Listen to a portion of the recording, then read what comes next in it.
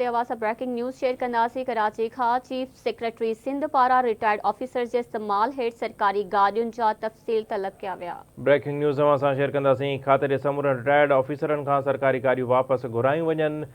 Chief secretary Sindh जो इहो चवणु आहे। ब्रेकिंग न्यूज़ असां शेयर कंदासीं। चीफ सेक्रेटरी सिंध रिटायर्ड ऑफिसरनि जे इस्तेमाल हेठि सरकारी गाॾियुनि जा तफ़सील तलब करे वरिता आहिनि। आसिफ हैदर शाह जो चवणु आहे त खाते जे समूरनि रिटायर्ड ऑफिसरनि खां सरकारी गाॾियूं वापसि वरितियूं वञनि। चीफ सेक्रेटरी सिंध आसिफ हैदर शाह जी सदारत हेठि सेक्रेटरीज़ कमेटी जो इजलास थियो आहे। एंटी करप्शन केस, तरक़ियाती मंसूबनि, मुलाज़िमनि जी पेंशन ऐं तरक़ियुनि समेत एजेंडा ते गौर कयो वियो। जनवरी 2023 खां हेल ताईं मुख़्तलिफ़ खातनि जे करप्शन जा 99 केस पिणु मोकिलिया विया आहिनि। अवासा ख़बर शेयर कंदासीं। चीफ सेक्रेटरी सिंध पारां रिटायर्ड ऑफिसर जे इस्तेमाल हेठि सरकारी गाॾियुनि जा तफ़सील तलब कया विया।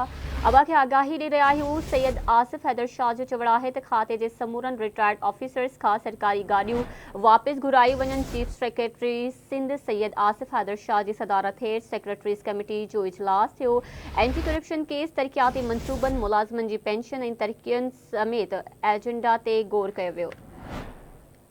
अवासा ख़बर शेयर कंदासीं। रिपोर्ट में ॼाणायो वियो आहे त जनवरी 2023 खां हिन वक़्त ताईं मुख़्तलिफ़ खातनि जा करप्शन जा 99 केस मोकिलिया विया आहिनि। ब्रेकिंग न्यूज़ असां शेयर कंदासीं। कराची मां चीफ सेक्रेटरी सिंध जे सदारत हेठि इजलास थियो आहे। खाते जे समूरनि रिटायर्ड ऑफिसरनि खां सरकारी गाॾियूं वापसि घुराइण जी हिदायत कई वई आहे।